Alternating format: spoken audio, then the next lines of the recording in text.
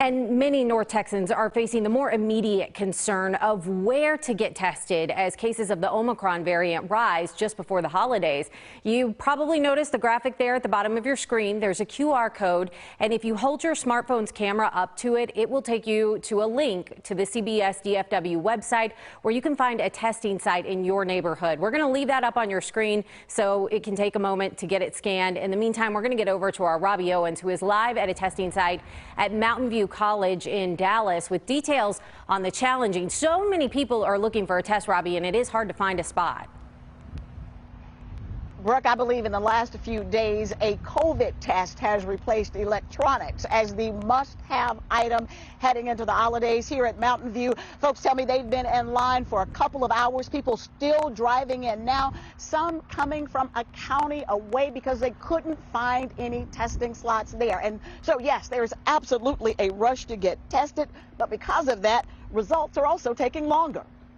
Just check out the demand. Drive-through sites in both Dallas and Tarrant counties are open and working to get patients answers, but those looking for some added assurance in advance of holiday gatherings may not get it in time, depending on the test available where you test.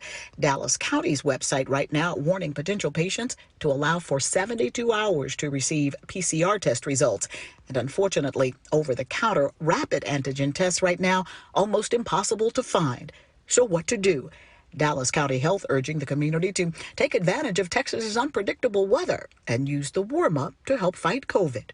So if you can move your reunion or your celebration outdoors, then do it. You know, we need to take every precaution that we can take to prevent the spread of this virus, because we don't want people getting sick. We don't want people ending up in a hospital.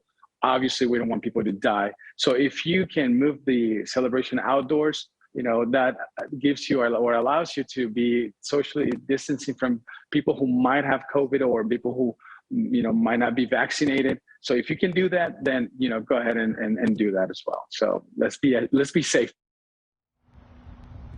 Let's be safe. Now, this COVID testing site here at Mountain View will be open until 6 o'clock this evening. They'll be back tomorrow, and then they'll shut down for Christmas. A person here working, one of the staffers here told me that they are getting results back in about 48 hours. So again, it really depends on where you go and what tests they have available. We've found some sites here in North Texas actually still have that rapid antigen test available. But Brooke, as we said, it is something of a hunt.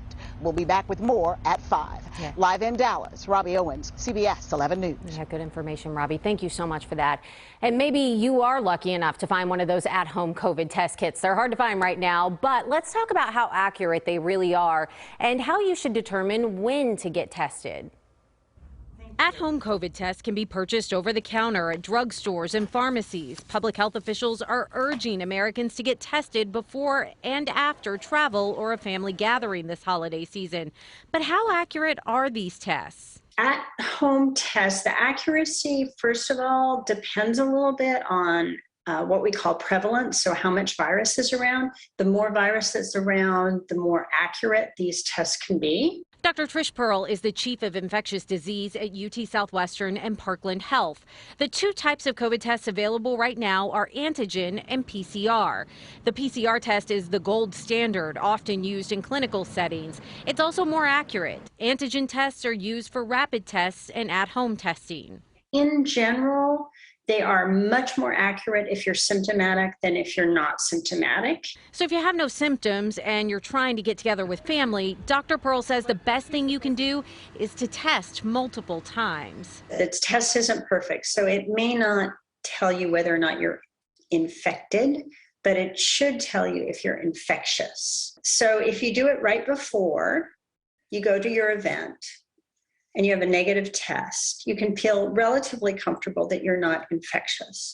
And then if you do it 2 days later or 3 days later, you can feel comfortable that you weren't incubating at the time, so you don't need to notify the people who you congregated with. Now, there's a different situation. You go to a party and you want to know whether or not you caught COVID at the party.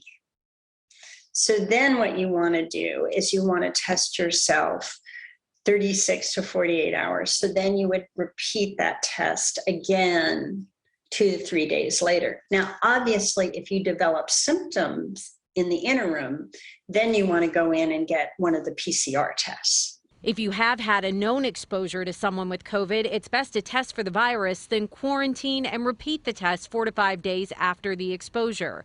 For safety, wear a mask and stay physically distanced.